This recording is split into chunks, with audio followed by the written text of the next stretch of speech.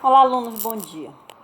Na nossa aula de hoje, nós iremos fazer a atualização de algumas atividades que estão pendentes, tá? Então, uma delas é a página 220, onde o nosso assunto trabalhado nessa unidade, ou seja, nesse capítulo aí, falarmos sobre sociedade. Ou seja, quando eu falo em sociedade, estamos falando principalmente no desenvolvimento ou na evolução humana, tá? Então vamos ver o que diz o exercício da página 220. Veja bem que ele coloca assim: por meio da linguagem, as pessoas se referem, ou seja, se comunicam, nomeiam objetos, definem ideias e conceitos abstratos. Muitas palavras só existem em determinadas línguas, pois servem para conceituar seres, objetos, experiências que fazem parte da realidade daquele povo. Olha, ele está dando assim uma introdução sobre a importância da linguagem, tá? E vamos agora ao nosso trabalho. A letra A. Qual a importância da linguagem para a evolução humana? Nós vamos perceber assim, que através da linguagem as pessoas puderam se comunicar de uma forma mais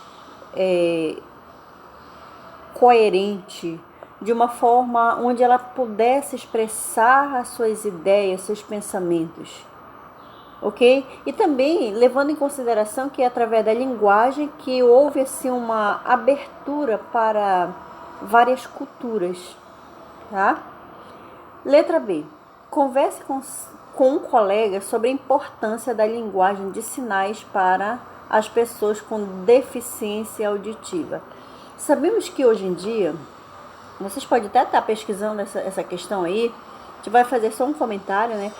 Que a linguagem de sinais, ela é uma forma de comunicação onde as pessoas, elas conseguem entender, desde que, veja bem, não é para qualquer pessoa a linguagem de sinal, tá?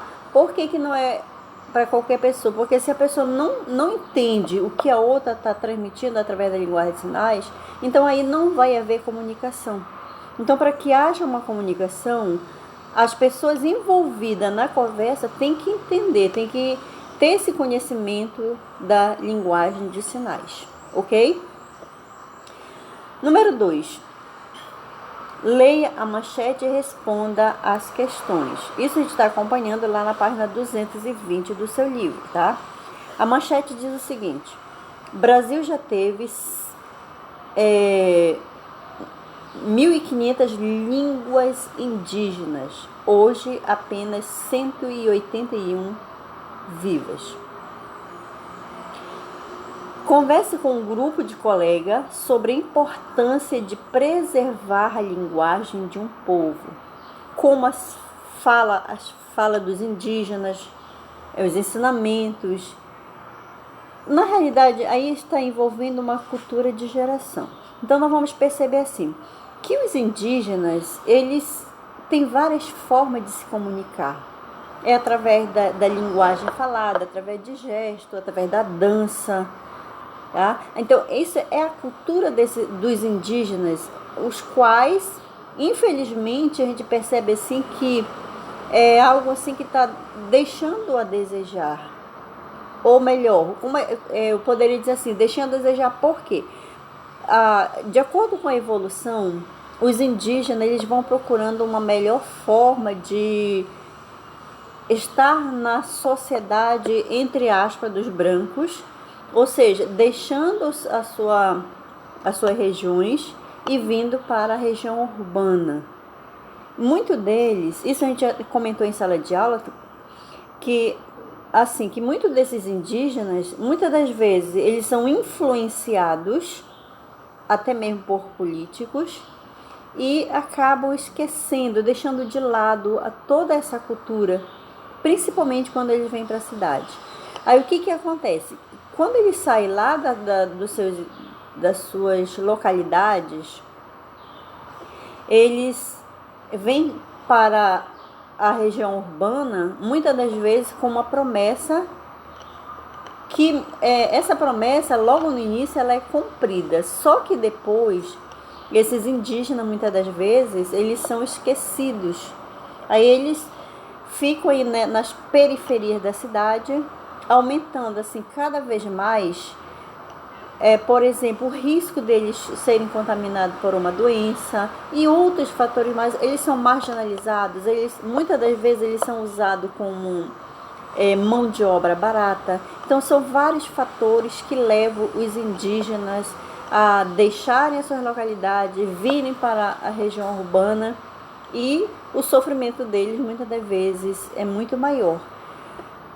Um detalhe importante que aqueles que conseguem ingressar em uma faculdade, muitas das vezes eles acabam deixando essa cultura, a cultura indígena, e passam a vivenciar a cultura do branco, ok? Número 3. Cite uma vantagem do polegar em posição oposta a outros dedos da mão.